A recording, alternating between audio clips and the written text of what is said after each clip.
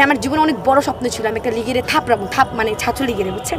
জীবনের সবথেকে বড় ইচ্ছে ছিল ছাত্রলীগকে থাপড়ানো, কিন্তু সেই সুযোগ এখনো পায়নি। কদিন আগে ঠিক এমনই বক্তব্য দিয়েছিলেন জুলাই যোদ্ধা তাহারিমা। তাহারিমার সে বক্তব্যের কদিন যেতে না যেতেই কাল গভীর রাতে লাইভে এসে কেঁদে কেঁদে সবাইকে জানালেন ছাত্রলীগ থেকে তাকে মারাত্মক হুমকি দেওয়া হচ্ছে।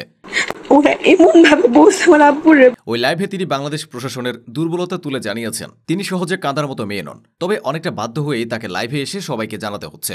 জুলাই আন্দোলনে তিনি কি কি করেছিলেন আর বর্তমানে কি করছেন তা কারোরই অজানা নয়।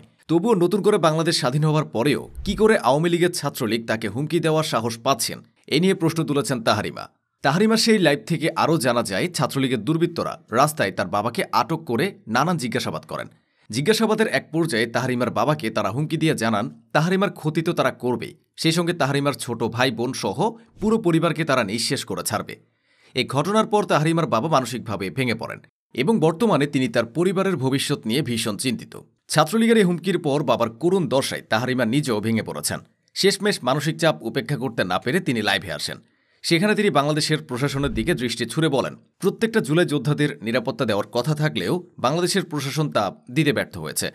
এটা হচ্ছে আমাদের বাংলাদেশের প্রশাসনের অবস্থা। তাহারিমা আরও জানান তিনি হয়তো থাকবেন না, আজ হোক কাল হোক ছাত্রলীগের রোষে তাকে পড়তে হবে, কিন্তু তার কারণে তার ভাই বোন ও পরিবার শেষ হয়ে যাক সেটা তিনি কখনোই চান না। তাদের পরিবারের মারাত্মক কোনো ক্ষতি হবার পরেই যদি প্রশাসন পদক্ষেপ নেয় তবে মূলত লাভ কি হবে? ততক্ষণে যা ক্ষতি হবার তা তো হয়েই যাবে।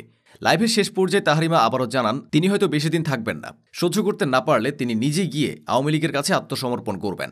তবে তার না থাকার পেছনের কাহিনীটি সবার জানা উচিত।